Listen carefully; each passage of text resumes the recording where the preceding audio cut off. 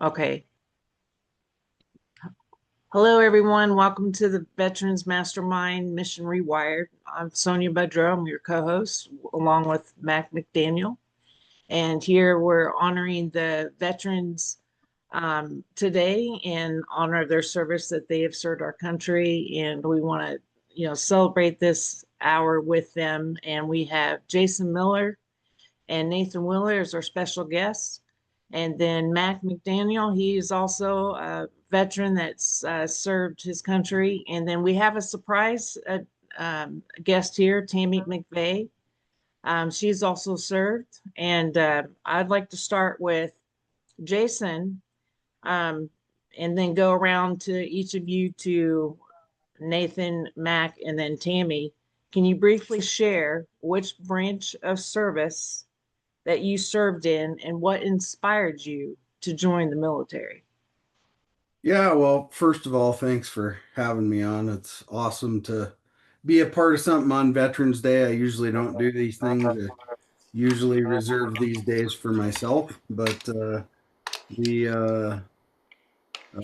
thank you for everyone that served, and more importantly, those that aren't here.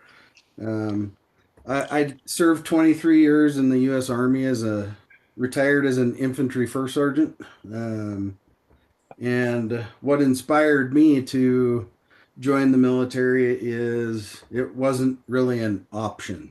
And I don't mean in a bad way. It's my family of men and my family go all the way back to we had cousins that fought against each other in the Civil War. So it's very much in the bloodline of my family that all the men serve. And there again, I'm sure my youngest son will too. So it's carrying on a family tradition that's been alive and well since this country's existed. Awesome. And Nathan? Well,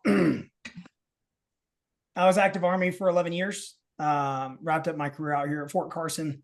And it's interesting because like my journey to the military it's not like a sexy one. It wasn't like, hey, I just want to stand up and do the things. I actually never had any intent to join the military out of resentment for my father. And it's not something I talk about very often, to be honest with you, but whatever, we're just going to keep it all 100% today. And, my sister, we were all involved in some things that we probably shouldn't have been. And things just got a little too close to home. And I decided it'd probably be good to leave.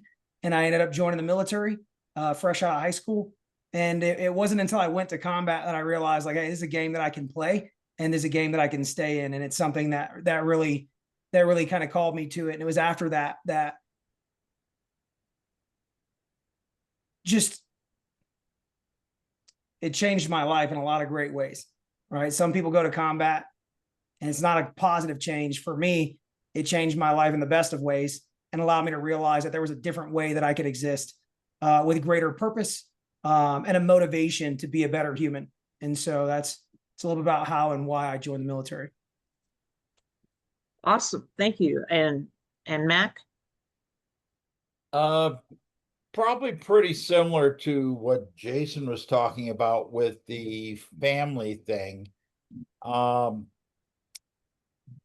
Tracking back my family, my son was fifth generation out of six that were Marines. It was the end of Korea. My dad tried to get in. He had flat feet. Marine Corps wouldn't take him, and he became a cop. And I always laughed at the flat foot thing. For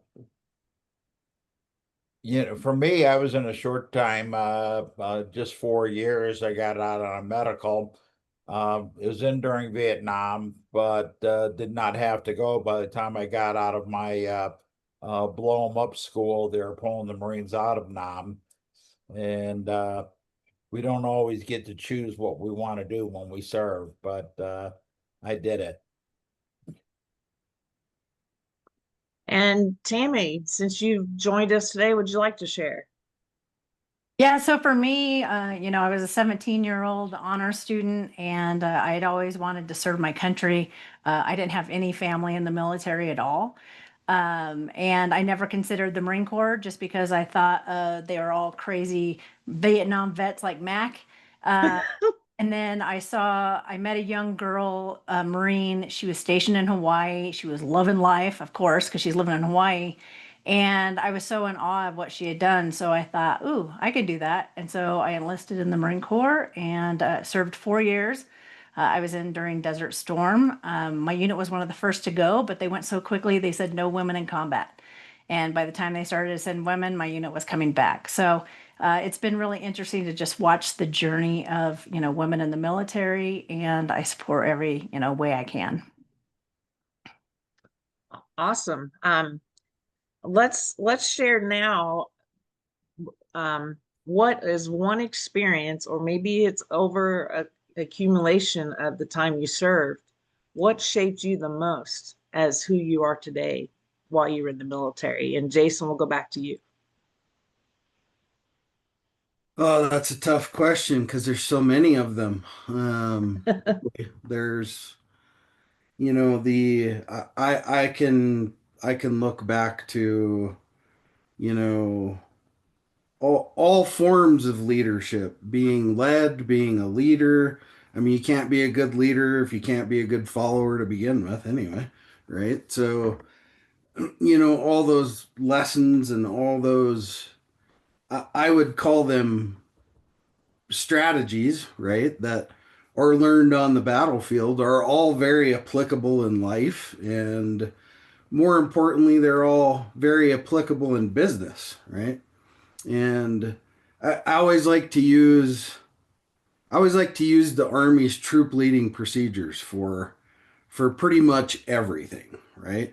Because it's what we do every day. You can apply it to your everyday life of you wake up in the morning and your wife says, "Take the kids to school." You just received a mission. Right? Step one. Right? So, and then on and on and on, right? Um, so there's all those little lessons of things in the military that transfer over to, the civilian life, the business life, the hell, I created everything I have based off of, military systems and process and all those things. And I kind of have to attribute that to the military. And I always just thought, well, if it's worked here for, I don't know, a couple 100 years, it'll probably work on the outside too. And by gosh, it just happens that it does. So, there again, that's just a few without taking a half hour to go through all of it, but that's a few from my perspective. Thank you. And Nathan. Yeah, I mean, kind of like I mentioned a minute ago, there and well, first of all, I just want to echo what Jason said. Like, yeah, there's so that's a loaded question because there are so many lessons, that we learn in the military that help facilitate success outside of the military, and that shaped who I am today. But the first one that comes to mind, and like I mentioned a minute ago, is going to combat for the first time. And it wasn't because of, again, what I experienced necessarily in combat, but it's because I realized that the life that I had been living, like there was a different way to exist. Like I could actually be more, I could be a better man. I could do more. I can contribute more. I can accomplish more. I didn't have to just go back to the lifestyle that I had, been indoctrinated to. So that was huge. Now, outside of that though, there was a time I remember, it was years and years ago, we had just got back from Afghanistan. I was with the 173rd Airborne Brigade at the time. And we were so excited because we had been on the patch chart for 10 years. And for those of you who don't know, the patch chart is the chart that outlines who's going to deploy when and where. And so from 2003 to 2013, the 173rd Airborne Brigade was in and out of combat. That's just what we were doing. And so we got back in 2013, in spring of 2013, and we thought we were going to have a little bit of a break. But we were like, hey, we're not on the patch chart. We know we're not going back down range for a little bit. We can enjoy Europe. We weren't necessarily correct in that train of thought, right? We set up what's now known as Operation Atlantic Resolve and started, jumping into the countries of our allies in the region to reinforce our presence in the region and our support for them. And so, and it was awesome. Don't get me wrong. We were jumping everywhere: Latvia, Lithuania, Romania, Poland, Ukraine, Hungary, like you name it, dude. It was significant. We were having a good old time, especially a bunch of young, dumb paratroopers. It was good. And anyway, while we were doing this, we had to get ammunition to these different locations. And there's one time in particular that just sticks out to me, that we had to get ammunition to Poland. Right. And no, everybody that I taught, the commander designated me for this task. And everybody that I was talking to was like, yo, this is not going to happen. We're not going to be able to make this happen, for a lot of different reasons without diving into all the details. And so I started talking, I'm talking about to, government officials, non-government officials, like in different, like everybody that I'm talking to is like, yo, we're not going to be able to make this happen. And I wasn't going to be the guy who didn't make it happen. Like we were going to make it. I went and I found the yes. And, which was challenging, but anyway, that stood out to me in so many ways, is just going to find the yes, because there are so many people who squeeze that no trigger because it's the easy freaking button, dude. It's just like, hey, no, we can't make it happen, because they don't want to do their due diligence and figure out the way to make something happen. And that really bothers me, especially in that scenario, because there were a lot of people who were, government civilians or whatever. Their whole job is to support the success of our operations. And I'd call them and they'd say no before they even tried to figure out where the yes is. And it just pissed me off. And so anyway, this lesson stood to me in so many freaking ways, because there is a yes. You've just got to do your due diligence and care enough about the job that you're doing to find the freaking yes.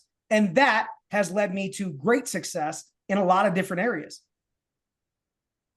Wow, that's powerful. Mac, how about you? I've always looked at my time in the Marine Corps as kindergarten for life, which is pretty strange when you think about it. But my dad had taken off when I was 2. I was an angry kid. I got kicked out of the 6th grade, had to go to a different school for fighting.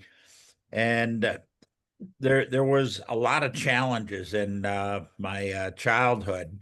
Got involved in scouts and sports, and that kind of helped me. But the Marine Corps actually made me focus that we all have issues, and that we all can claim being a victim, but that doesn't do anything for us. And I've kind of used the struggles I had as a kid to get to where I was at. I had a very successful career for 50 years. I covered 18 states, Mexico to Canada, Vegas to New Orleans. I got to meet a lot of people. But the Marine Corps, for me, was a brotherhood, but it really has expanded into military in general. I was standing around BSing with some guys of different branches, and the one guy had retired from the Air Force as an officer. He owns a chain of stores out of Arkansas, and he stops. He goes, "Mac, you were a Marine. Why would you say something good about another branch of the service?" And I said, "Do you want me to be serious?" He says, "Absolutely." I said, "Between 18 and 22, we all made a similar decision. Some of us made the right decision." And you have to have fun with it. And I've had people that did not serve, in that standing next to, folks like Jason and Nathan and Tammy, and we're picking on each other. And says, "Don't you guys like each other?" Says, "Oh no, we do like each other." And that's why we give each other crap. If not, we wouldn't take the time to do it. So it's just my philosophy on life. Awesome. And Tammy? So for me, when you're young, you just do what you do, especially when you enlist in the Marine Corps or the military, and they just tell you this is your order and you go do it. And so I just kind of took for granted all the things that they had been drilling into me over the years about the way I thought. And it wasn't until I got older did I really gain an appreciation for that. And I think one of the greatest gifts is that, like, I've always been willing to try anything. Like, if it sounds like a cool experience, like, I'm in. And it might suck later, but then it makes for a great story. And, you know, who doesn't love to have a bag full of great stories? And so I think just, you know, figuring things out and saying yes to things that I have, like, no idea what I'm getting myself into, it's just expanded me as a person. And so now to be able to look at just life and opportunities through that same filter, like, "Ooh, does it sound cool? Like, is it going to be something that I'll regret if I don't do it?" And so to me, it's made my life a lot more dynamic, and I love it. Awesome. And now I kind of like to move into as a a veteran transition strategist and a coach. I have had many veterans I worked with around the world. And the number one thing that they tell me is the hardest when they transition out of the military is that day one. Can you share with us, for our viewers, what advice would you give when you transition out of the military and starting the next chapter in your life? And Jason. Best piece of advice I could give is don't transition. Stop accepting that you're going to make a transition. There is no transition, right? We PCS from one duty station to another, to another, to another, you know. I PCS 7 or 8 times in 23 years, maybe even more than that. I don't know. But when I left the military, there was no transition. I just PCS to the new thing. That was it, right? And I think I don't know how to really say this nicely, but I think there's this misconception of this victim mentality of veterans coming out of the military, and I think it's been manufactured to a certain degree, and because I don't think as many veterans have this problem as people think they do. Why? Because most of us, if you were in the last 20 years, you did at least, you know, between 3 and 8 combat tours. Pretty sure you can figure some shit out, right? And I think we have to change this dialogue a little bit to more of, well, let's stop using words like awareness, and everybody's aware of a lot of things. In the military, they use suicide awareness. We don't need suicide awareness. We all know it exists, right? It's not a secret, right? It's the same with leaving the military and starting a new chapter. It's not a secret. We all know it's going to happen at some point. It's how we make the flip of the switch. And for me, I was fueled by that, right? I often kid with people that most veterans are fueled by nicotine, caffeine, and hate, right? Those 3 things. So, it's the transition isn't really a transition. It's just another stepping stone in life.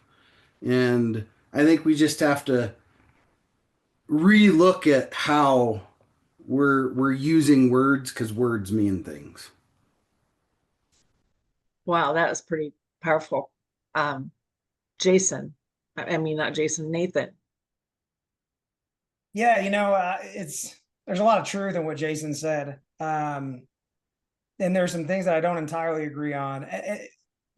So for me, I agree. Like, we place too much stigma on, like, hey, you're going to have mental health issues. You're going to be, considering suit. Like, they're telling us all these things. And here's something that I know irrefutably in life is, like, our thought processes shape our reality. So we are believing that that's how we're going to be, and that it's going to be a struggle, and that's what it's going to be.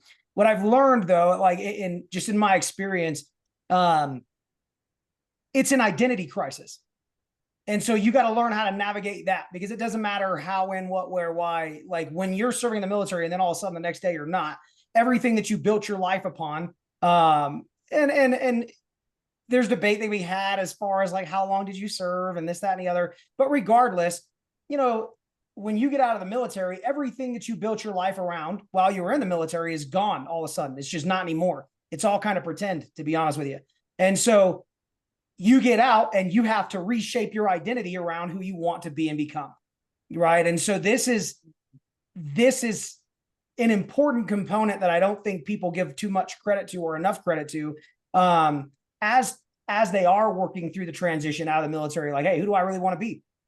You know what I mean? Like, who is it that I want to be? Who am I becoming as I go from leaving, you know, soldier X behind? Who is the person on the horizon, right? And so anyway, outside of that identity crisis that we go through, another challenge that I've learned is that a lot of times we do it in isolation, right? So we go through this identity crisis and we don't lock in with the people we were serving with, because usually out tempo is still pretty high and those jokers are still playing the game. It's not that they don't want to be there with us. It's not that we don't want to be there with them. It's just that, hey, we're kind of moving in a different direction. And then I know most civilians, I know for me getting out, I didn't relate to most civilians, because the world that I left and the world that I came back to were very different. From 2006 to 2017, we saw drastic change in society. And there was a lot of things that were now acceptable that wouldn't even been thought of when I was a kid and growing up, right? And so it was different reintegrating, because I can't relate to these people and they sure as hell can't relate to me. And I don't know how to communicate with these people in a way that's going to keep me out of trouble. Because I had a sailor's mouth, you know what I mean, as a soldier, for sure. And so like, there were just these things. And then also, I guess I'll throw in the veteran community. And I know I didn't tie in with the veteran community. I just started doing that again this year. I've been out for 8 years now. And I found out recently, the Marine Corps Times did a study, and statistically, it takes about 8 years for us to lock back in with our people. And so all that to say, and I'll get to answer your question here in just a second, all that to say, we get out, go through an identity crisis, and statistically, we do it in isolation. And because I think we focus on these mental health issues and the suicide and the alcohol, like all these negatives, because that's being pushed down our throats, we find ourselves in those positions rather than realizing that, again, our thought processes shape our identity. So we can shape our identity around who we intend to be after leaving the military. Now, what advice would I give to somebody exiting the military? Figure out who you want to be. And there's different things that I would encourage people to consider as they go down that path, but you've got to identify who it is you want to be. What does you look like on the other side of whatever you're looking to accomplish? Who do you want to become? What makes you happy? What brings you joy? How can you generate income doing those things? You know what I mean? How can you exist in the way that you want to? Coming out of the military. That's what I would encourage and look, and I gotta pause on this too, because dude, it's not just the military. Like, humans face these things. Humans face these challenges. When you go from one job to another or whatever it is, like, look, it's a human thing. It's not exclusive to veterans, right? And so I would encourage anybody to consider these things. Wow. Amen. Awesome. Mac. I forget the exact question, but it made me think of when I got out of boot camp, 23rd of December, 71. And I was really gung-ho. I was the guidon. I got to carry the little flag in boot camp, and I thought that gave me some sort of authority. And I got my dress blues and my first stripe. And I was home for the Christmas holidays, and I was wearing my blues and strutting. And a friend of mine that had been in my class, his older brother was a sailor. He was a corpsman embedded with a Marine Corps outfit in Vietnam, Gary Judy. And Gary had stepped on a landmine, lost both of his legs. And we were doing Christmas shopping, and a little kid, maybe 4 years old, yelled at the top of his lungs, "Look, mommy, That man doesn't have any legs. Mom slapped the kid, grabbed him by the arm, and started dragging him down the mall. Gary catches up to her in his wheelchair and said, "Ma'am, I saw what you did. Instead of turning me into a monster, why don't you try to take the time to tell him what must have happened?" Vietnam was going on at the time. The country was as divided then as it is now. It ends up, Gary puts the kid on his lap and is talking about the war and what he had to do as a man and the people he served with. And I'm standing there in my blues. I'm crying. A couple cops had walked up, hearing the commotion. They're both crying. Then the hippies that were handing out carnations in the mall, they're there standing with us. And it's always been a visual.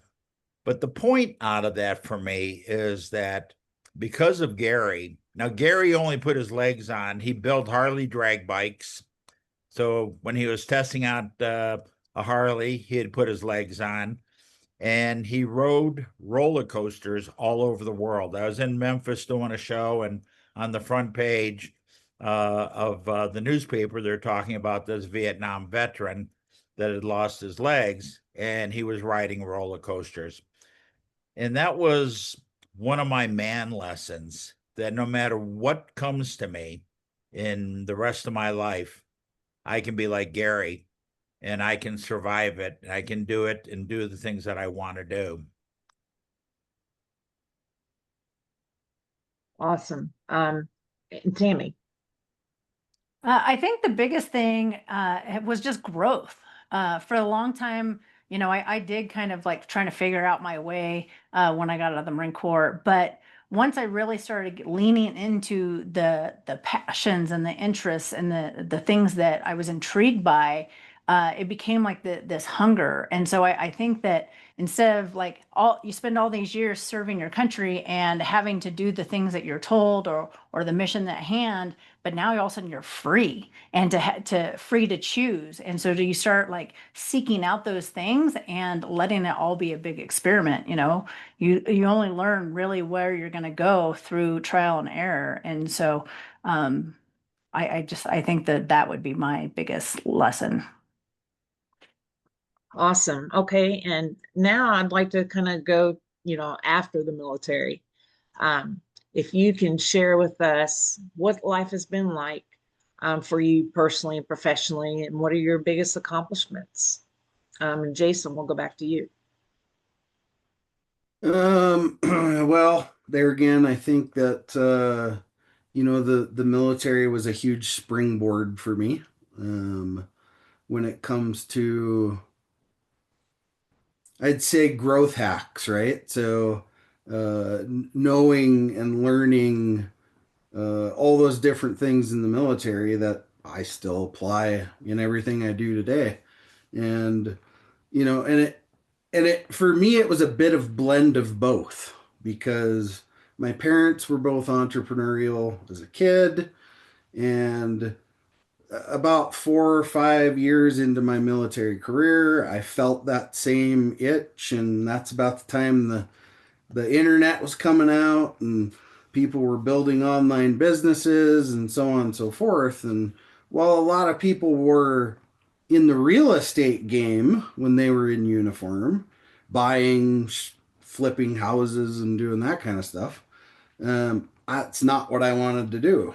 So I had this great idea to start a memorabilia company, and that memorabilia company did custom framed memorabilia stuff. That was one of the first things I did. And that company still exists today. It's 26 years old today, and it's ran by 2 veterans, and I just sold it to them last year. And I still get my mailbox money, but yeah, all those things, military, led to using all those systems and things. And then I went through this process of buying, stripping, flipping businesses over and over and over again. And I've done 24 exits um, of businesses, and right now I have 19 under my umbrella. And I mean, I've done it all based off of what I took and learned from that military experience. And my parents, of course, and other, leaders that I know. I've got two main mentors that I have in my life that have exited multi-billion dollar, public companies.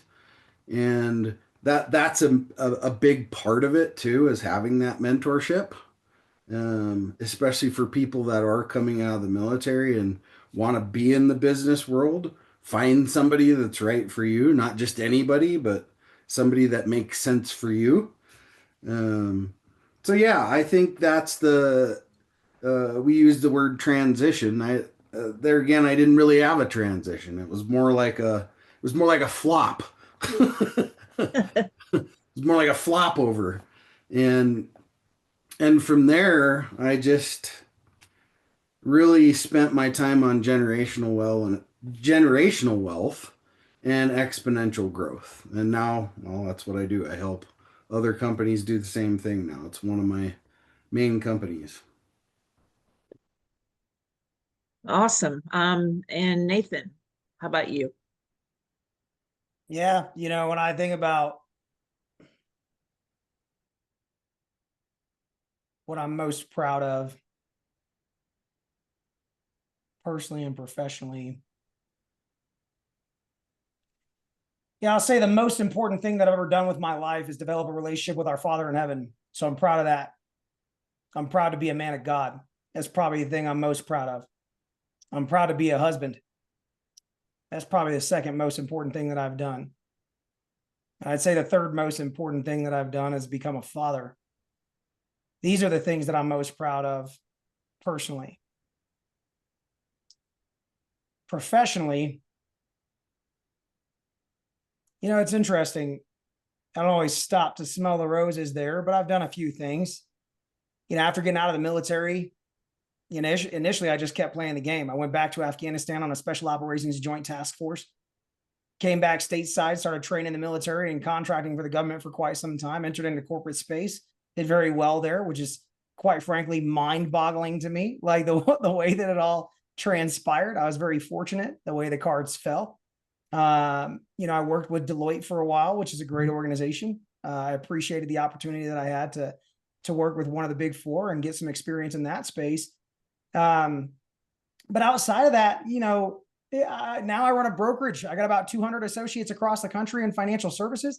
We have direct contracts with the top 192 companies and providers in the industry. We've partnered with the largest estate planning network in the world. Like, man, it's kind of nuts when I stop to think about it. We've come a long way in a short amount of time, and we're not slowing down or stopping. Even just before this call, I was on a call with a bank who we're partnering with to continue to serve specifically the veteran community, right? Like it's very interesting the way that things are moving, because I never would have imagined. I could have given you a million scenarios of what I do, and this wouldn't be one of them, but I'm loving it, dude. I have great relationships with amazing people. I was just in, California this weekend with, one of my mentors. He's a billionaire. I never thought I'd rub shoulders with a billionaire. Like it's not that I thought I wouldn't. I just, in my brain, that wasn't in the cards for me. So it's pretty awesome. Just not only being able to spend time with them and receive that mentorship, but also some of the things that we were doing. I was out there with some SEALs and some other Rangers and some professionals, some business professionals, and we were correlating how we can execute some of the tasks that we did in the military with professionalism in business and success in business. So I don't know, there's a lot of things that I'm proud of and that I've accomplished in business. From earning national recognition and being at the top of my game in this space. But I think more importantly, as I'm just kind of rambling on and sorting through my thoughts verbally, watching the team that I've built achieve the success, that just feels a little bit better. You know what I mean? It hits a little bit different. Like when the people who trusted you to guide them professionally attain success, achieve their goals, and realize what they set out to accomplish, that hits different. It's one thing to go ahead and do things independently and be successful. It's an entirely different thing to guide others in that direction. And again, watch them see that happen. So I'd say that's probably the most, one of the most significant things professionally is helping to develop 6 and 7 figure earners. That is profound. That's a good feeling because it's outside of me. Right. And so I love it. Thank you, Nathan. And Mac. In 8th grade, my mom was not a rich person. For my birthday, she gave me a little plaque that says, fall down 7 times, get up 8. And I remember I was like, what the hell is this I'm getting for my birthday? And that it's become one of the most valuable assets I have. It sits by my desk. And I think the military and then life following, because of the foundation of the military, that phrase comes into play. We're all going to get smacked upside the head with the 2x4, and that life does that, business does that. If we stay down, we die. When my daughter was young, we would play fight, and she'd fall to the ground, and I'd start kicking her, not hard with my foot, just tapping at her. And she goes, Dad, stop. I said, no, you don't fall down. If you get up, you run away, or you kick somebody in the crotch. Well, you fast forward, she was 21. She was down at Coors Field with a bunch of her guy friends, and on their way back to their vehicle after the game, and 2 carloads of gangbangers jumped them. And she kicked the guy in the nuts, excuse me, ladies, and ran away, ran into a cop. Cop came and got about half the guys. She called me up to tell me. And I said, holy crap, I did something right as a father. And that, but, I think life for all of us here today and listening, we're going to have challenges. And some of them to somebody else might be very small, and it may be earth-shaking to us. We have to get up and take a step forward. And that's what I'm trying to do with all that we're doing here with the Veterans Group. Awesome. And Tammy, have you gone? I can't remember if I asked you. Oh, I haven't gone yet. So, I'm like Nathan, like there's so many things that I'm proud of in, various different chapters of my life. I was fortunate that when I got to Colorado that I had some mentors that, believed in me, even though my only tech experience was doing my resume. That I had a technical mind and initiative. And so they, gave me opportunities at the time the internet came out. And so I ended up being at an engineering firm for 20 years. My team and I wrote software that processed over $1 billion. And then I shut it off like 2 weeks before I left. And so it felt like a Elvis has left the building kind of moment. And then personally, just all of my charity work over the years, when I got out of the military, at first I just kind of got away from that, especially since there isn't a Marine Corps base here. But once I got back into that community, I realized like how much appreciation I had for what that shaped me, being around people, and then using my gifts to help support those that came after me.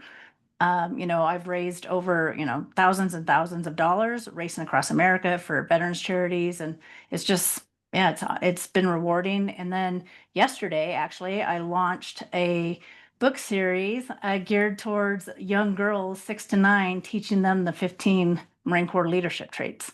And so that's been a fun passion project. So now we got to change some little girls' lives. Congratulations. What a awesome project you've got going on. Yeah, and I would like to have everybody that is on the call with us today, please raise your hand and let us know if you're a veteran. Awesome. Thank you so much for being here. And then I need to interject, Sonja. Sure, go right ahead, Mac. I met you and Val a year ago at the conference and was immediately impressed by both of you, not having been veterans. Val talks about the stories of primarily World War II veterans and POWs. You are involved with veteran services because of your uncle passing in Vietnam. And I think it's real important that, you know, people say, well, I'm not a veteran. How can I be part of your group? I said, do you know a veteran? Do you know a Leo, a law enforcement officer? Do you know a first responder? Would you like to work with them and help guide them and put them with people that can help them? And that's why I like you two ladies, because while you did not serve officially, you serve every day. And I truly appreciate that. Thank you, Mac. That means a lot. I'm honored to be here as part of this group. And my life work is serving veterans. And in the last round here, I would like for everyone to share, for those veterans listening and on here, what is your message to them today on Veterans Day? And Jason. Yeah, that's there's lots of messages probably, but you know, I'll tie it into something that I'm doing. It's my last book that I'm writing, and the title of it is called Too Stupid to Quit, right? And that's a message that I can put across to not just veterans, to everybody. Just be too stupid to quit, right? And just keep moving, right? Keep moving because there's nothing behind you. You know, we've all heard, well, whatever that saying, yesterday was the only hard day or whatever it is, right? That's every day. Every day is a hard day, right? It doesn't matter what it is you're doing. You probably ain't doing much if today there's no challenges, right? So just wake up and be too stupid to quit and keep moving. Awesome. And Nathan. I mean, that's good. I like that, Jason. I like that a lot. You can all identify. Yeah, for sure, for sure. Yeah, you know, I don't know, man. Just like Jason said, there's so many, you know, message we could share with our people. I would encourage anybody, you know, give credit to your service. You know, appreciate the sacrifice you made, the lessons learned. You know, leverage your experiences, and I'd say maybe most importantly, you know, go build something and put in as much effort as you did into the military and being great there. Like, put at least as much effort into building something that's yours and that your family can inherit. Like, because we give everything, you know, everything, especially in the military, to what it is we do. You know, we wake up when they say wake up. We play the game the way they want us to play it. We go give that same level of effort and discipline to something that is yours and that your family can inherit. Create something for your posterity. That's what I would say. Wow. Awesome. And Mac. Well, it goes back to what I stated a little bit ago. Fall down 7 times, get up 8. And that keep going forward. We have one life. I hope that I've got another 30 years or so. And when they let me sit under the tree with the old chiefs, that my Irish grandmother, who at 16 came over on the boat, she comes down to me and says, "You did okay, kid." We all can have that thought process. Doesn't matter what level we're at, who we are, and that we can just try to be the best men and women that we can be. And a lot of that goes with what Nathan was talking about, being a man of God. We have to understand what ethics and morals are. and those are ours. And if we keep that in mind, we'll all do well. Great. And Tammy. I would say don't underestimate your soft skills. I think that we learn so much about ourselves and the way we operate, the way we look at the world, the way, just the way we strategize and solve problems, that we tend to underestimate just really how powerful and strong that is. And you can bring value to any community, business, that you step into, and there are a lot of ways to continue to serve, and you just get to define what that looks like. Maybe it's a business, maybe it's charity, maybe it's just your family, but there's lots of ways to find that purpose. But it all starts with those soft skills. Jason, Nathan, Mac, and Tammy, I want to thank you so much for participating in today's Mission Rewired. For all of our veterans. And then I'd like to open it up to Val. She had a comment, and then after Val, then we have Vicki that wants to make an announcement. So go ahead, Val.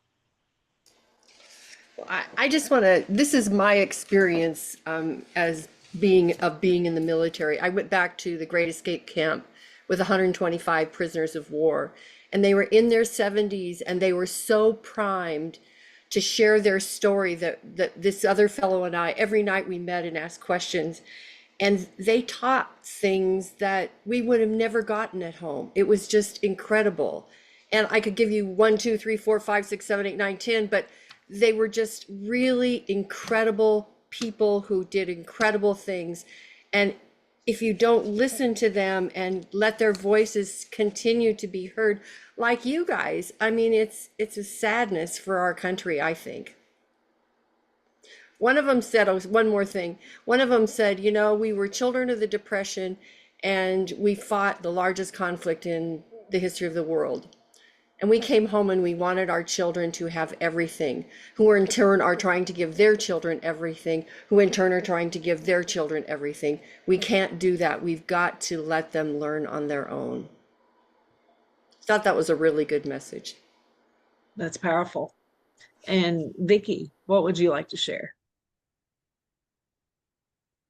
In honor of the vets, and Mac has helped me. He sent email to a program that I designed that is about empowering your future self with purpose, passion, and prosperity. It's called Passion Quest: Finding the Work You Love, Loving the Work You Do. It's been tried, true, and tested for 15 years, and it's a deep dive into questions that help you with what makes you happy. What do you really want to do? What are your greatest accomplishments? What are you most proud of? What makes you feel most at home within yourself? And through that, everyone writes scenes, and then their homework is a day in the life of their ultimate vision of what they want. Like if the fairy godmother came and said, tell me what you really want and I'll make it happen for you. The more specific, detailed, and with the emotions and feelings, qualities, and values you want. And so we meet tomorrow night for 3 hours. It's usually $500. It's going up to $1,500. Tomorrow night, it's $100. And the following week is when everyone comes back with their vision. They share it. They read their and act it out. And the soonest person now is 2 weeks. They manifest their dream. The longest is about 6 months, but it saves you so much time from career counselors and testing and discs and all that stuff. So if you didn't get an email yesterday or the day before, then contact me and I'll put my number in the chat or contact Mac. Thank you. So this is kind Awesome. of I'm only at that price. So grab it while it's happening, please. Thank you so much for It's sharing. local in Denver. And then anyone who isn't in Denver or wants it, just call me right away and I'll tell them the dates in December for online. Thank you. Thank you so much for sharing. Does anybody else have a comment, a question, or a message they would like to share? I'm going to finish this up here, and that I want to thank everybody coming on. Jason and Nathan, we talked about this. Thank you for doing that. Tammy, I'm really pleased that you showed up. I've been saying, where the hell is this Marine? And here you popped in. So I'm real happy that you did that. To the other veterans, Maggie and our new member, Stephen, and thank you guys for joining us. And Phyllis, it's so nice seeing your smiley face on one of my masterminds. I truly appreciate it. So anyway, I'm going to cut this off for now. Thank you again. Reach out to me if you have any questions about future events. Next week, the incredible Laura Armstrong will be talking about her wealth mastery. So it should be another good one. Thanks, all.